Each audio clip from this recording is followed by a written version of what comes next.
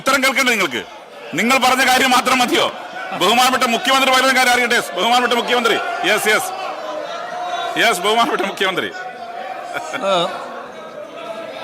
ബഹുമാനപ്പെട്ട നിയമമന്ത്രി നേരത്തെ ഹൈക്കോടതിയുടെ വിധിയെപ്പറ്റി, ഹൈക്കോടതിയുടെ നിഗമനങ്ങളെപ്പറ്റി, ഹൈക്കോടതി നടത്തിയ പരാമർശങ്ങളെക്കുറിച്ച് കൃത്യമായി പറഞ്ഞു കഴിഞ്ഞിട്ടുണ്ട്. അത് പ്രതിപക്ഷ നേതാവ് കേട്ട ഭാവം നടിച്ചില്ല.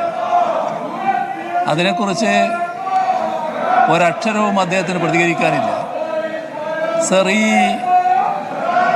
ഈ കേസുമായി ബന്ധപ്പെട്ട പ്രശ്നങ്ങൾ കൈകാര്യം ചെയ്യുന്നത് ഹൈക്കോടതിയുടെ ഡിവിഷൻ ബെഞ്ചാണ്. ആ ഡിവിഷൻ ബെഞ്ചിൻ്റെ നേതൃത്വത്തിലാണ് SITയുടെ പ്രവർത്തനങ്ങൾ നടക്കുന്നത്. ഡിവിഷൻ ബെഞ്ചിൻ്റെ ഓരോ ഘട്ടത്തിലുമുള്ള നിർദ്ദേശങ്ങളുണ്ട്, വിലയിരുത്തലുകളുണ്ട്, പരിശോധനയുണ്ട്. ഇതെല്ലാം കൃത്യമായി നടന്നു വരുന്നുണ്ട്.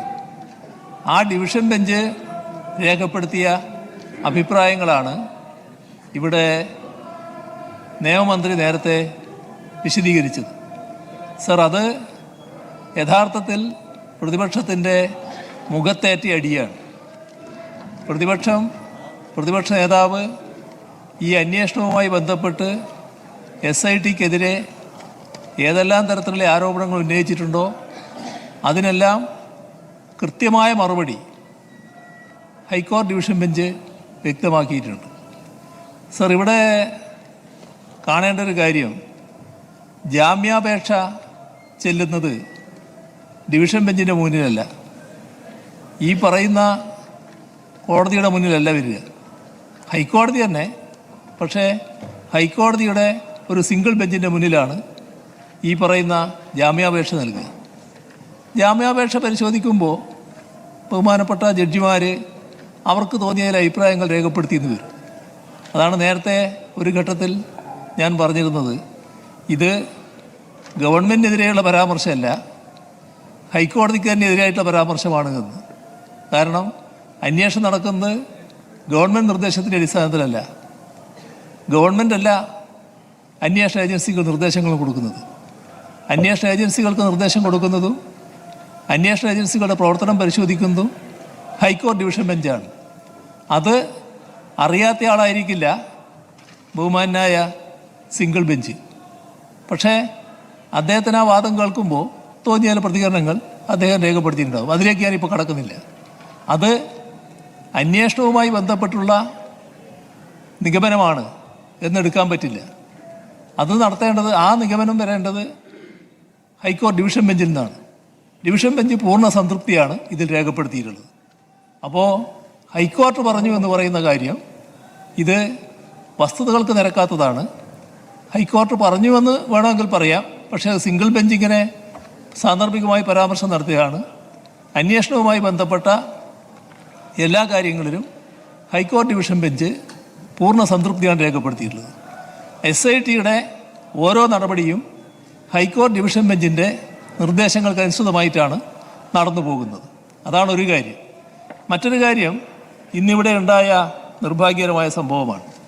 സർ, അങ്ങ് പറയുമ്പോഴും ഒരു കാര്യം അങ്ങയുടെ ശ്രദ്ധയിൽപ്പെട്ടില്ല എന്ന് തോന്നുന്നുണ്ട്. ഈ ബാനർ പിടിച്ചതിൻ്റെ ഭാഗത്ത്, അങ്ങേ ഭാഗത്തിരിക്കുന്നയാൾ ബാനറിൻ്റെ അറ്റത്തുള്ളൊരു വടിയുണ്ടല്ലോ, ആ വടി കൊണ്ട് വാച്ച് ആൻഡ് വാർഡിനെ തല്ലുകയായിരുന്നു. വാച്ച് ആൻഡ് വാർഡ് നേരെ ഈ വടി ഉപയോഗിച്ച് തല്ലുകയായിരുന്നു. ആ ഘട്ടത്തിലാണ് വാച്ച് ആൻഡ് വാർഡ് തടുക്കാനും പിടിക്കാനും ഒക്കെ നോക്കിയത്. ഇത് നേരെ ഞങ്ങളെല്ലാം ഇവിടെ കണ്ടുകൊണ്ടിരിക്കുകയാണല്ലോ. അപ്പോൾ നമ്മുടെ സഭക്കകത്ത് ഒരു കാലത്തും ഇല്ലാത്ത കാര്യങ്ങളാണ് സംഭവിച്ചിട്ടുള്ളത്. ഇവിടെ നമ്മളെല്ലാവരും സാക്ഷ്യം വഹിച്ചതാണ്. ഒരു പ്രകോപനപരമായ അന്തരീക്ഷവും ഇവിടെയില്ല. അപ്പോഴാണ് നേരത്തെ തന്നെ അവിടെ ഒരു പ്രകോപനം ഉണ്ടാക്കാൻ നോക്കിയത് അങ്ങേ ഭാഗത്ത്. അങ്ങ് അത് ശ്രദ്ധയിൽപ്പെട്ടപ്പോഴാണ് അങ്ങ് സഭ നിർത്തിവെച്ച് തൽക്കാലം പിരിയുന്ന നിലയുണ്ടായത്. പിന്നീട് വീണ്ടും ഇതേ നില തന്നെ ഇവിടെ ആവർത്തിക്കാനുണ്ടായത്. സർ, ഇത് ബോധപൂർവം കുഴപ്പം സൃഷ്ടിക്കാൻ വേണ്ടിയാണ്.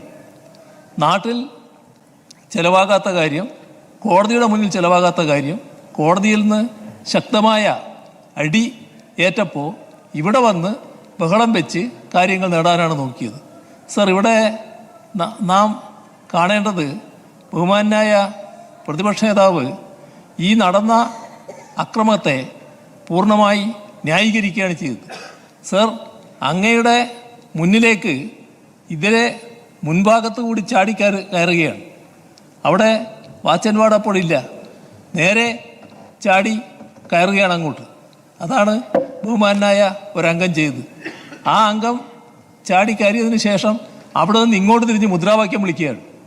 അതിൻ്റെ പിന്നാലെ ഞാനും കൂടി കയറട്ടെ എന്നുള്ള മട്ടിൽ മറ്റൊരംഗം, അദ്ദേഹം നിയമവിദഗ്ധനാണെന്നാണ് പറയുന്നത്, അപ്പോൾ നിയമപരമായിട്ട് തന്നെ ചാടുകയാണ്.